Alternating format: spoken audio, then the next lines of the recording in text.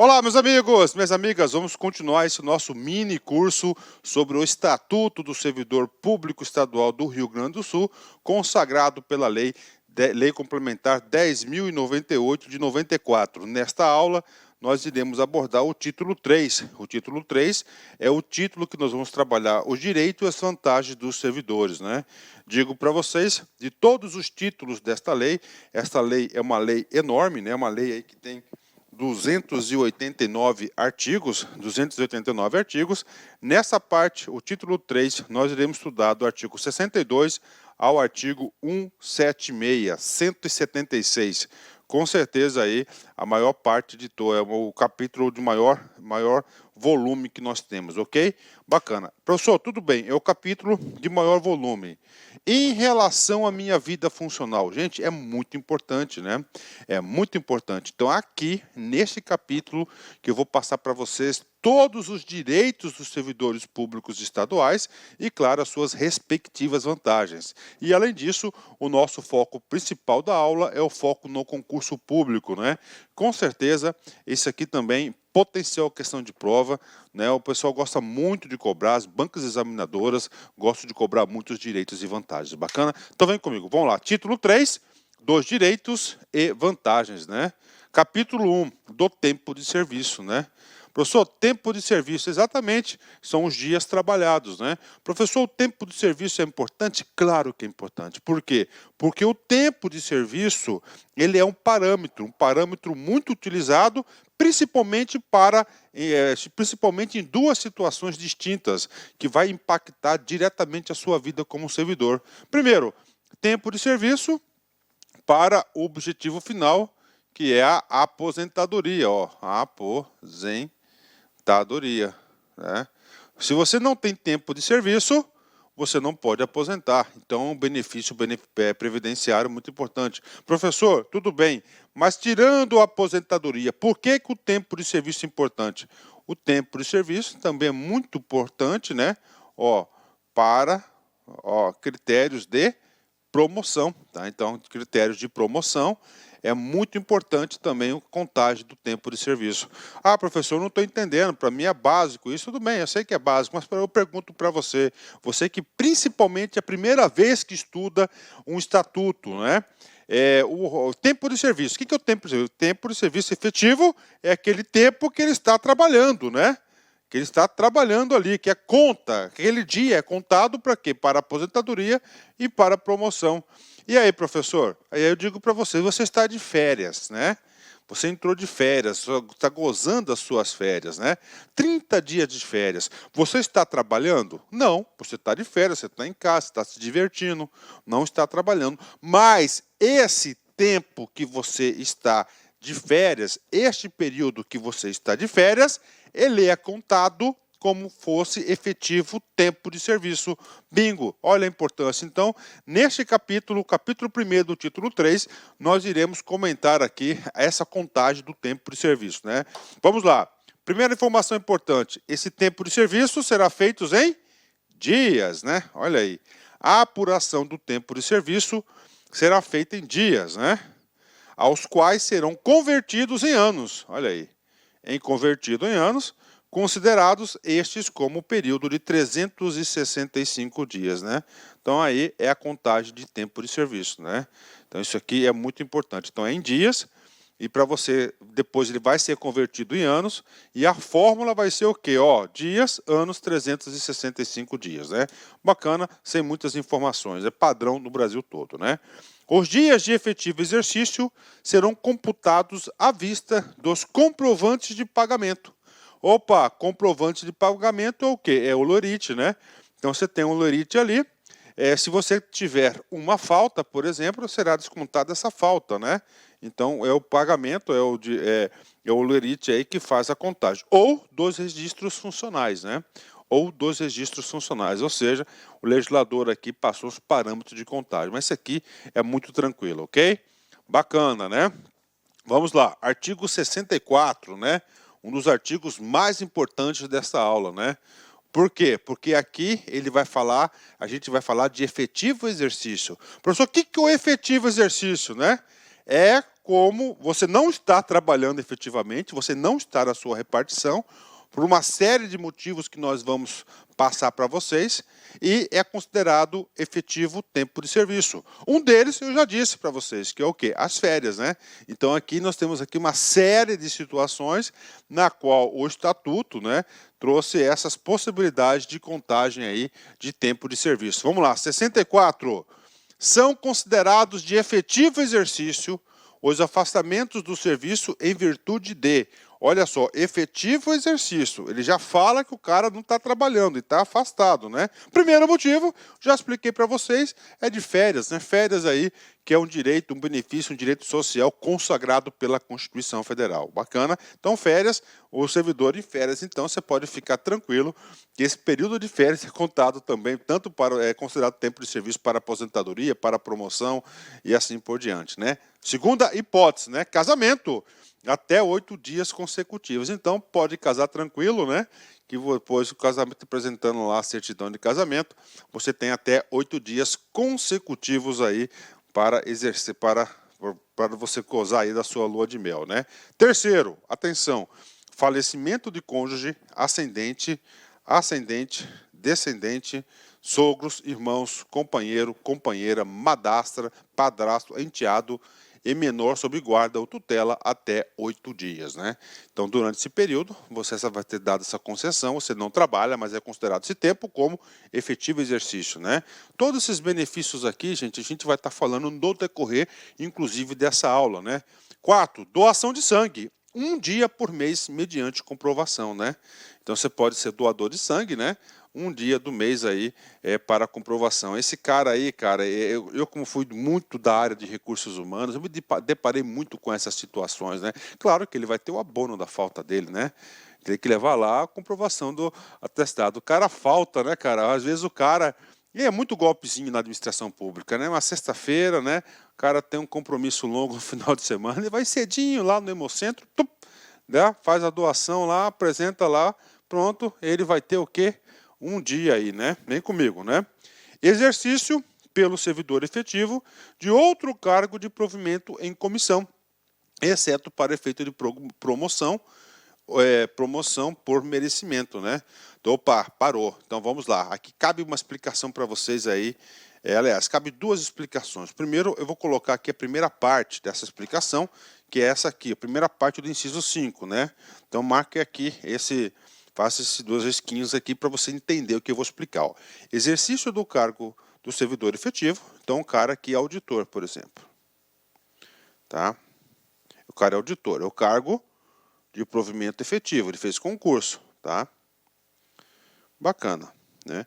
Este auditor, ele foi nomeado, olha, ele foi nomeado pelo governador para ser o superintendente, tá, de fiscalização. Um exemplo, tá aí. Tá? Então aqui ele vai ocupar este cargo aqui, que é um cargo em comissão. O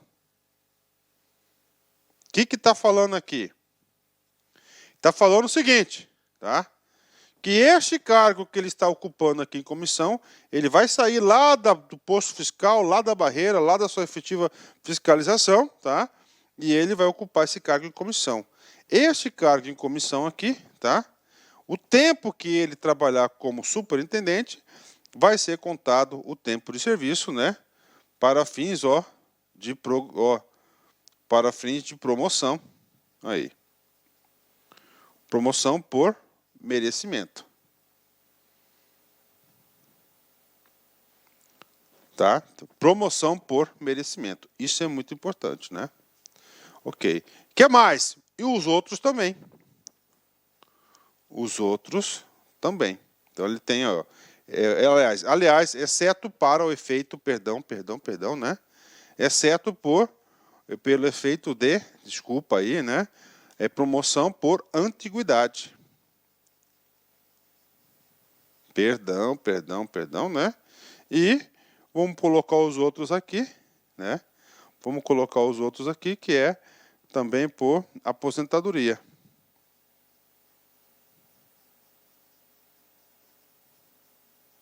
Professor, por que ele, tá? Por quê? Exercício pelo servidor efetivo de outro cargo de provimento com comissão efetiva. Então tá aí para vocês. Isso que diz essa interpretação geral, tá? Em geral, é claro que quando a gente entrar nos estatutos, né, isso pode ter uma interpretação. Disso tudo eu tiro aqui uma conclusão. Por exemplo, férias, casamento, falecimento e doação de sangue, esses 4 casos aqui, e essa explicação vai servir para os demais itens. É o seguinte, é para todos os efeitos, entendeu? Férias, então ele vai contar para promoção por antiguidade, vai contar, vou colocar aqui para ficar claro, né? Então férias conta, promoção por antiguidade, tá? Vai contar também, 2, promoção por merecimento, e vou pôr 3 aqui, outros, né? Entre esses outros, aposentadoria e assim por diante. Então, o 1, o 2, o 3 e o 4 tem isso. Então, olha aí que coisa interessante. Então, o cara vai estar ocupando um cargo de comissão. Nesse caso aqui, tá? Aí, o que acontece? Nesse caso aqui, pode ter uma exceção. Agora, eu vou colocar um negócio aqui, ó. O cara é auditor, né? E ele foi nomeado, presta atenção aqui, tá? Para ocupar outro cargo, para superintendente do sistema penitenciário, penitenciário, tá? Sistema penitenciário, que não tem nada a ver com a fiscalização. Então, esse aqui é um caso aqui mais apropriado. Por que eu estou colocando isso? Porque o superintendente de fiscalização, ele faz parte da estrutura de auditagem. Então, lá na lei de carreira, provavelmente esse cargo aqui é considerado como sistema aí de promoção por merecimento. Bacana? Bacana. Então, fechamos aí. Esse item 5, muito importante, olha como é que é, né? Isso aqui, assim que você estuda para concurso, para compreendendo o assunto, depois você faz uma fixação, você vai longe, né? Vamos lá, item 3, júri, né? E outros serviços obrigatórios por lei, desempenho de mandato eletivo, federal, estadual ou municipal, exceto para promoção por merecimento. Então, você é servidor público, foi eleito aí deputado federal, né? Vai contar o tempo de serviço para promoção por antiguidade e vai considerar também para outros. Só não vai, a única coisa que não conta vai ser promoção por merecimento. Por quê? A ideia é simples, tanto do item 5 quanto do item 7, e nós vamos ter outros casos aqui também, a ideia é simples, né? A promoção por merecimento, você obrigatoriamente tem que estar o quê? No exercício do cargo efetivo que você fez o concurso. Você tem que fazer ali situações de mérito nesse cargo, não fora dele, né? Tá certo? Então essa é a ideia do legislador.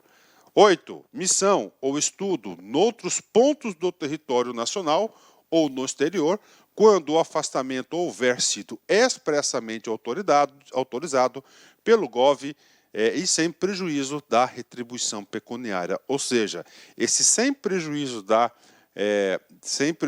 retribuição pecuniária, primeiro que ele não sai da folha de pagamento, né? Se for com prejuízo, significa que é sem salário, né? Então, essa missão, o estudo, autorizado por governador, com ônus para o Estado. Neste caso, com ônus para o Estado, sem prejuízo da retribuição, ele vai contar o tempo do afastamento dele para tudo e para todos, né? Número 9, deslocamento para nova sede, na forma do artigo 58, ou seja, deslocamento previsto para o caso de remoção, que nós estudamos já.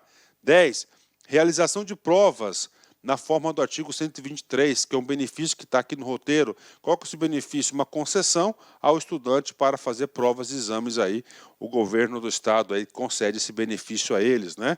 9, assistência a filho excepcional, na forma do artigo 127. Lá no artigo 127, concede também essa vantagem, esse direito ao servidor público para dar assistência ao filho excepcional. Então, esse período aqui é contado efetivo tempo de serviço. Prestação de prova de concurso também, né?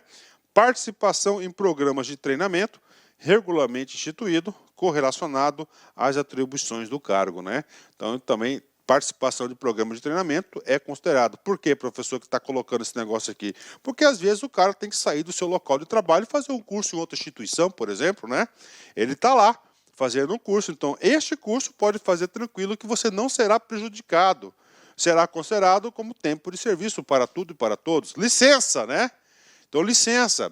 Também nós iremos estudar nesse capítulo aqui, são diversas licenças, né? Então, a licença, primeiro, a gestante, a adotante e a paternidade é considerado como tudo e todos tempo de serviço, né? Outra licença para tratamento da própria saúde, da licença saúde, ou de pessoa em família com remuneração. Professor, por que está pessoa em família com remuneração? Nós estudaremos essa licença, que dado um período é com remuneração. Passou esse período, ele é concedida a licença, mas sem remuneração, né? Letra C, prêmio por assiduidade. A licença prêmio é por assiduidade, que o seguinte vai conversar com ela sobre ela, é considerado o tempo desse prêmio aí que você fica em casa lá, você está contando o seu tempo de serviço. Por motivo de acidente em serviço, claro, agressão não provocada ou doença profissional, né? É um outro tipo de licença. Para concorrer a mandato eletivo, federal, estadual ou municipal. Aqui, ó, para concorrer. Eu pergunto, aqui ele já foi eleito? Claro que não. Aqui ele está o quê? Concorrendo, está disputando, né? Isso aqui para o exercício da atividade política, né? É do momento da inscrição, da inscrição do registro da candidatura dele até as eleições. Lá a gente vai falar os prazos certinho, né? Letra F. Para deslocamento de mandato classista, né? Para desempenho de mandato classista. Professor, como assim, professor, mandato classista? Né? Representante de sindicato, de associações, eu vou me candidatar, vou me eleger, então eu vou ser o quê? Vou ter uma licença para desempenho de mandato classista, vou representar a minha classe, né? Agora, aqui é aquele negócio, detalhe também, se eu fosse fazer uma questão sobre isso, eu ia cobrar somente esses casos, exceto para efeito de promoção por merecimento, né? Por merecimento. Observe, gente, tudo aquilo que não é, tá? Que tem, por exemplo, todas essas aqui, né? Assiduidade e tal, essas outras aqui é para um período de tempo curto, então conta o prazo para tudo, para antiguidade e para o merecimento. Agora, o mandato é mandato, né? 2 anos, pode ser reconduzido, às vezes o cara fica 10 anos sem voltar ao seu cargo, fica só representando a categoria, né? Então, por isso que é, ó, exceto para efeito de promoção por merecimento, né? G. Para participar de cursos, congressos e similares sem prejuízo da retribuição. Porque às vezes o cara vai participar de um curso de mestrado, por exemplo, 2 anos, né? Aí ele vai, eu libero sem remuneração. Se for sem remuneração, tá?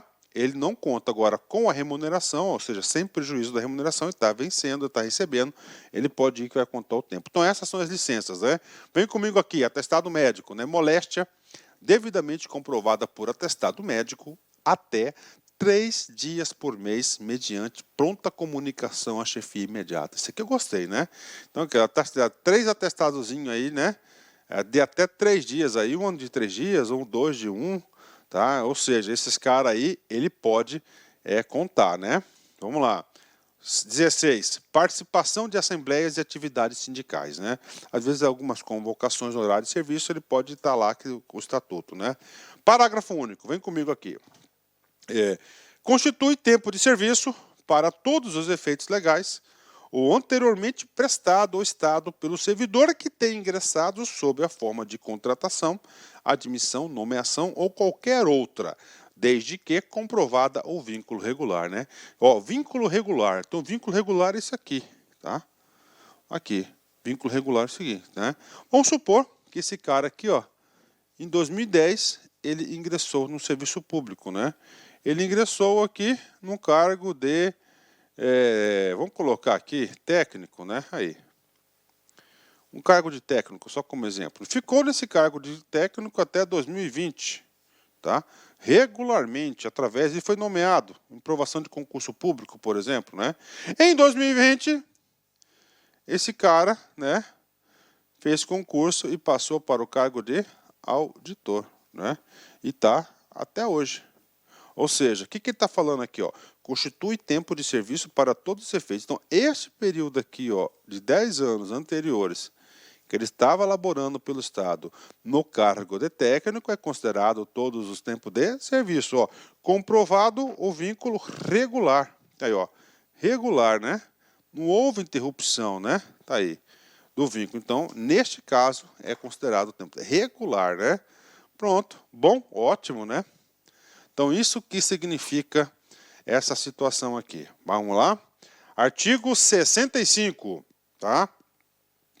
Computa-se integralmente para efeito de aposentadoria e disponibilidade do tempo. Ou seja, O artigo 65, vamos descrever algumas situações na qual serão considerados tempos apenas para aposentadoria e tempo de disponibilidade, principalmente aposentadoria. Por exemplo, professor, eu trabalhei no município, né? Trabalhei no município, ok. Se você trabalhou no município, você vai aproveitar esse tempo, né? Professor, trabalhei no Estado como servidor público, mas 15 anos atrás, depois eu saí. O período que eu trabalhei 15 anos atrás computa-se para aposentadoria? Positivo. Por quê? Porque está amparado aqui no artigo 65, né? Então vem comigo. Inciso 1º, quais as hipóteses? Então aqui é para efeito de aposentadoria e disponibilidade. De serviço prestado pelo servidor em função de cargo federal, estadual ou municipal. Então, daqui, se o cara é servidor do município, ele vai ser considerado estadual também, né? E assim por diante, tudo bem? Então, esse aqui é considerado para efeito de aposentadoria. Por quê? Porque temos regras de aposentadoria. Nas regras de aposentadoria, exige-se que você tenha tempo de contribuição, tempo de serviço, né? Então, é considerado, né? Vem comigo. Serviço ativo nas Forças Armadas e auxiliares prestado durante a paz, computando-se em dobro o tempo em operação de guerra, na forma da lei, né? Ô, professor, lá atrás eu tive o prazer de ser convocado, de servir o Exército, fiquei lá 2 anos, né? Então, esses 2 anos, tempo de paz, é considerado, vai ser contado esse tempo de serviço para sua aposentadoria, né?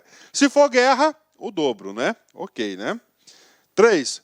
Correspondente ao desempenho de mandato eletivo federal, estadual ou municipal anterior ao ingresso do serviço público estadual. Ó. Anterior ao ingresso do serviço público estadual. Puxa, hoje eu sou servidor, mas antes de ser servidor público eu já exerci 2 mandatos de deputado estadual. Então, esse tempo de serviço como deputado estadual, os 8 anos no caso, né? É considerado o quê? Tempo de serviço para fins de aposentadoria. Você vai aproveitar esse tempo, já pagou já esse critério, né? 4ª hipótese, de serviço prestado em atividade privada, vinculada à Previdência Social, observada a compensação financeira entre os diversos sistemas previdenciários segundo critérios estabelecidos em lei, né? Professor, explica para nós. Claro que eu vou explicar para vocês, né? Vamos supor que a pessoa trabalhou na LAC Concursos, né? Por 5 anos, trabalhou lá com concurso, 5 anos, né? Entrou como atendente, foi subindo na carreira, virou lá coordenador pedagógico, e de tanto mexer com o concurso, acabou aprendendo, é claro, o esforço, o mérito, né? Passou no concurso público. Ele passou no concurso público, primeiro cargo público dele. Esses 5 anos que ele passou lá na LAC, é o quê? Setor? Iniciativa privada. É vinculada ao regime de previdência social, regime geral, né? Pronto, ele vai aproveitar esse tempo para a aposentadoria. Por quê? Porque na Constituição já fala da compensação financeira, né? Como assim compensação financeira? Os regimes previdenciários eles são vinculados, né? Então tem lá uma rotina governamental, o cara saiu aqui ó, do regime, ele contribuiu 5 anos aqui para o regime geral, lá do setor privado, da CLT, né? Ele vai para cá, ele leva esse tempo para cá e os 2 regimes entre si fazem essa compensação, porque de lá vai gente para lá e assim por diante, é uma movimentação intensa de pessoas, né? Ó, em que o servidor, vem comigo, outra hipótese, né? Esteve em disponibilidade, né? Se você teve disponibilidade, o tempo que você tem lá é considerado também para aposentadoria. Já esteve aposentado, tá? Quando se tratar de reversão, olha aí, ó, já esteve quando reversão, né? Quando ele voltar para o serviço na reversão, né? Esse tempo é considerado também tempo de serviço, né? E finalmente, tá? Vamos falar de um assunto muito importante que é tempo acumulado, né? É vedado, sempre é vedado a questão da contagem acumulativa. Professor, por que contagem acumulativa, né? Você já pensou? O cara tem 2 cargos de professor, tá? 2 cargos de professor. Então ele tem lá 10 anos, vamos pôr 20 anos, 15 anos, tá? 15 anos no município e 15 anos no estado. O que o cara faz? Ele aproveita o tempo para aposentar nos 2. Não pode.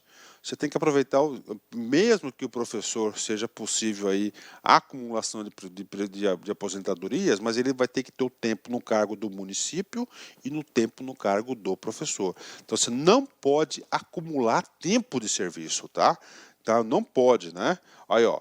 É vedada a contagem cumulativa de tempo de serviço prestado concomitantemente em mais de um cargo ou função em órgão ou entidade dos poderes da União, estados e municípios, autarquias, fundações, sociedade de economia mista e empresas públicas. Então, você não pode acumular, ter uma acumulação. Você pode aproveitar, mas se aproveitou, aproveita uma vez só e você leva para outro cargo. Bacana? Então, isso é o primeiro benefício, o primeiro direito aí, que é o direito de quê? O direito do tempo de serviço, muito importante. Segundo, né? Olha ela aí, férias, né? Férias, o dispositivo constitucional muito importante para nossas vidas, né? Também ele é um tempo aí, ele é considerado, né? O servidor gozará anualmente 30 dias de férias. Normal, tranquilo, não tem muitas explicações.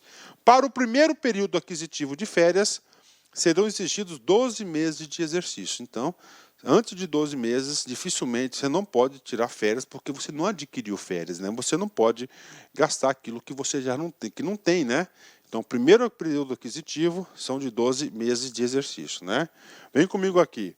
É vedado levar a conta de férias qualquer falta em serviço, né? Ó, levar a conta de férias, né? É o seguinte, o cara no decorrer desse período aquisitivo de 12 meses, ele obteve aí 3 faltas, né? Ele teve 3 faltas, é bacana, 3 faltas de boa, né? Saiu de férias. Aí o chefe da repartição falou assim, ó, fulano, vem cá. Você lembra tal dia? Lembro, você faltou, né? Faltei. Outro dia? Sim, sim. O que é levar a conta? Em vez de você dar os 30 dias para o cara, você dá 27 dias descontando as 3 faltas. Não tem nada a ver. Uma coisa não tem nada a ver com outra, né? Se ele faltou o serviço, vai ser descontado dele, né? Vai ser descontado dele. Então não tem nada disso. É uma coisa, outra coisa é outra coisa. Não podemos misturar, né? Parágrafo 3º. Que significa o quê? Divisão das férias. É facultado o gozo de férias em 2 períodos não inferiores a 10 dias consecutivos, né? Então você pode dividir as férias, por exemplo, aí 2 períodos de 15 dias, né? Então você pode estar fazendo isso, você pode estar aí dividindo as férias, é um dispositivo, né? Vamos lá. Artigo 68, né? Artigo 68 e o artigo 69 vai falar dos benefícios pecuniários das férias, né? Será pago ao servidor por ocasião das férias, independentemente de solicitação. Olha aí, independentemente de solicitação, né? Então não precisa solicitar. Entrou de férias e automaticamente ele vai ter que pagar o famoso acréscimo constitucional de 1/3, ou seja, 1/3 constitucional da remuneração do período de férias pago antecipadamente. Antecipadamente significa antes de trabalhar, que a gente vai estar no parágrafo 1º, ou seja, né? Então aqui o caput do 68, ele fala, né, do acréscimo de 1/3 da remuneração, tá? Que é 1/3 de férias, né? Ou seja, 2 informações importantes, não precisa solicitar esse benefício, esse direito, e ele é pago antecipadamente. Quando ele vai ser pago? O artigo 68, parágrafo 1º, ele vai definir o pagamento da remuneração das férias. Será efetuado antecipadamente ao servidor que requer, juntamente com que o requerer, juntamente com o acréscimo constitucional de 1/3 antes do início do referido período, né? Então está aqui para vocês, né? Vamos colocar aqui o exemplo aqui. O rapaz quer sair de férias em dezembro, né? Aí, ó, dezembro vai ser o mês de férias, né? Aí. O mês de férias, né? Ou seja, do dia 1º ao dia 31. Bacana, né? Bingo, né? O que está falando aqui, ó? Vai receber antecipadamente, né? Ou seja, ele vai receber esse cara aqui em novembro. Tá aí, né? O que ele vai receber em novembro? Ele vai receber o salário das férias. Quando que ele vai, ó, vou colocar aqui, ó, de salário, né, de dezembro. Aí, ele vai receber o salário de dezembro, antecipadamente. Porque o salário de dezembro, ele paga onde? Paga janeiro. Aí, ó. Ele paga janeiro, tá? Paga janeiro, não é isso? Ele paga janeiro. Então, ele recebe o salário de dezembro, ok? No mês de novembro, ele vai receber mais 1/3 de férias sobre o mês de férias, lá de férias, isso está colocando aqui. Então, isso aqui, então, você paga antes de entrar de férias, né? Só para reforçar, então, eu vou colocar os pontinhos aqui. Lembre-se que no mês de novembro, você vai receber o quê? O salário, né, de outubro. Aí, tá? Aí é o seguinte, aí ele volta dia 1º de janeiro a trabalhar, e aí ele vai receber o salário de janeiro em fevereiro. Ele vai receber o salário de fevereiro em fevereiro aqui, né? Fevereiro, ele vai receber o salário de janeiro. Então aqui janeiro é um dia de vacas magras, mas ele já recebeu uma bolada em dezembro, tem que guardar, né? Ou pelo menos deixar para pagar os boletos, né? Isso que diz aqui. Ou seja, é uma réplica aí que está na CLT, não muda nada, né, em relação a isso, né? Ok, professor, vamos embora, vamos, né? Parágrafo 2º do artigo 68. Na hipótese de férias parceladas, poderá o servidor indicar em qual dos períodos utilizará a faculdade que se trata esse artigo. Qual que é a faculdade? De receber um texto de férias, né? Então ele parcela as férias, ele vai escolher qual o período que ele vai receber esses benefícios, né? Vem comigo aqui. Artigo 69. Durante as férias, o servidor terá o direito a todas as vantagens inerentes ao cargo, como se estivesse em exercício. Nem precisava o artigo 69, porque isso já falamos lá no tempo de serviço, está somente reforçando. Então, ele tem tudo, promoção por antiguidade, por merecimento, por tempo de aposentadoria, tudo, né? O artigo 70 tem uma situação bem específica que visa proteger aquelas pessoas que trabalham com raio-x, né? Raio-x ou substâncias radioativas, né? Por quê? E isso aqui cai demais, ou seja, é uma exceção das férias, né? Então, o servidor que opere direta, né, e permanentemente, não esporadicamente, né, os raios-x ou substâncias radioativas próximas às fontes de irradiação, terá direito, quando no efetivo exercício de suas atribuições, a 20 dias consecutivos de férias por semestre, não acumuláveis e intransferíveis, né? Então, as férias de quem trabalha com equipamento de raio-x, ele é diferenciado, tá? É diferenciado, tá? Primeiro, não são 30 dias, são 2 momentos de 20 dias, um em cada semestre. Não pode acumular, além de não pode acumular, ele tem que tirar os 20 dias consecutivos por semestre. E eles são intransferíveis. Ah, professor, isso aí, cara, isso cai. Isso cai. Então é muito bom você já colocar isso na cabeça, né?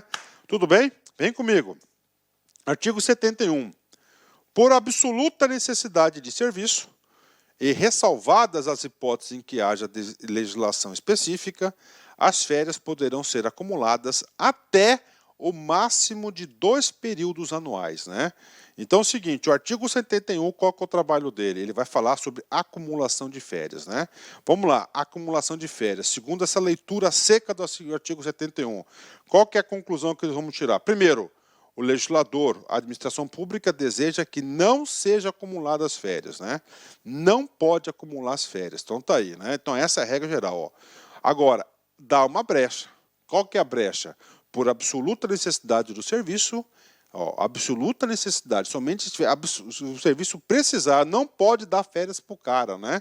Se não pode dar férias para o cara, porque o serviço aí está acumulado, está atrasado. Então, é uma justificativa. Neste caso, então, somente, ó, acumuladas até o máximo de 2 períodos anuais. E outra hipótese é se haja uma lei aí específica, essa lei específica são os planos de carreira, né? Mas a ideia geral é que não acumule férias, né? Sobre isso eu tinha que falar muito para vocês, porque como eu fui da área de recursos humanos, né? Isso aí, se o RH, a administração pública começar aí, deixar acumular as férias, vira uma dívida gigante para os contribuintes pagarem. Então, o gestor tem que estar ali, forçar o cara a entrar de férias, cara, né? Artigo 72. As férias somente poderão ser interrompidas por motivo de calamidade pública, comoção interna, convocação para o júri, serviço militar ou eleitoral ou por superior interesse público, né? Ou seja, o artigo 72 está preservando aí o direito de descanso do servidor público, né? Regra geral, servidor de férias é o quê? Intocável. Só que ele não é intocável de forma absoluta, ela é de forma relativa. Se é de forma relativa, tem os casos na qual podemos o quê? Interromper as férias do servidor. Quais são as hipóteses que o examinador vai querer saber de você aqui? Ó, calamidade pública, comoção interna, convocação para o júri, serviço militar, serviço eleitoral ou superior interesse público. São somente essas hipóteses, né? 73. Se o servidor vier a falecer, quando já implementado o período de 1 ano, opa, então é o seguinte, o que está acontecendo aqui? O cara já completou o seu período aquisitivo, tá? E não entrou de férias. O que aconteceu com ele? Ele veio a falecer, ok. Que lhe assegura o direito de férias, então ele tem o direito daquelas férias não gozadas, né? A retribuição relativa ao período, descontadas eventuais parcelas correspondentes à antecipação, será paga aos dependentes legalmente constituídos, né? Então, se o servidor, né, ele tinha período constitutivo das férias, né, tem um período, era direito dele, e ele faleceu. Se ele faleceu, ele não pode gozar. E aí? Aí, esses meses de 30 dias, mais um terço de férias, que deveriam ser pagos a ele, serão pagos aos seus herdeiros legais. Claro, né? Justo, né? Então vai para o seu espólio, né? Vai lá para o espólio da herança, né? Artigo 74. O servidor exonerado fará jus ao pagamento da remuneração de férias, proporcionalmente aos meses de efetivo exercício, descontadas eventuais parcelas já fruídas, né, se o cara parcelou as férias, né? O pagamento que trata este artigo corresponde a 1/12 da remuneração que fizer jus o servidor na forma prevista do artigo 69 desta lei, relativa ao mês em que a exoneração for efetivada. Professor, como é que isso aqui? O cara trabalhou 10 meses no ano e foi exonerado. Então ele vai receber 10/12. Essa aqui é a garantia do artigo 74. Artigo 75, vem comigo. O servidor que tiver gozado mais de 30 dias de licença para tratar de interesses particulares ou para acompanhar o cônjuge, somente após 1 ano de efetivo exercício contado da data, para apresentação fará jus às férias, né? Ou seja, o artigo 75, ele traz uma nova contagem em 2 casos especiais. Vamos lá, professor, tratar de interesse particular. Então é o seguinte, eu retirei lá, eu estou precisando dar um tempo no Estado para resolver umas coisas pessoais, familiares, por exemplo. Então eu vou lá, protocolo no RH lá, meu pedido de licença para trato de interesse particular. Ok. Certinho, de 1º de janeiro a 31 de dezembro de um exercício. Está lá, tá? É remunerada? Não, não é remunerada. O que vai acontecer? Pô, foi 1 ano. Então eu vou ter direito de férias? Não, não conta. Não conta esse prazo para férias. Pelo contrário, quando no seu retorno vai iniciar nova contagem, né? Aí, ó, nova contagem. Isso que está escrito no artigo 75, né? Artigo 76, vem comigo, né? Perderá o direito às férias o servidor que, no ano antecedente àquele em que deveria gozá-las, tiver mais de 30 dias de faltas injustificadas no exercício do serviço. Então, o cara perde as férias, né? Eu já vi vários casos desse aqui. O cara vai faltando, vai levando o serviço aí nas coxas. É claro que esse aqui ele vai cair lá no procedimento disciplinar que diz 30 dias consecutivos ou 60 intercalados, né? Ele vai ter um procedimento sumário aí de demissão, né? 77, vem comigo, né? O servidor readaptado, relotado, removido ou reconduzido, quando em gozo de férias, não é obrigado a apresentar-se antes de concluí-las, né? Então, se saiu o seu ato de readaptação, de recondução, de remoção, quando você estiver em férias, você não pode interromper suas férias. Você deverá apresentar logo depois das férias. Por quê? Porque as férias é algo aí, é algo importante que a administração pública prevê, na qual ele proíbe aí ele proíbe o quê? Que ela seja interrompida por isso. Então, ele não quer que seja interrompida. Bacana? Ok.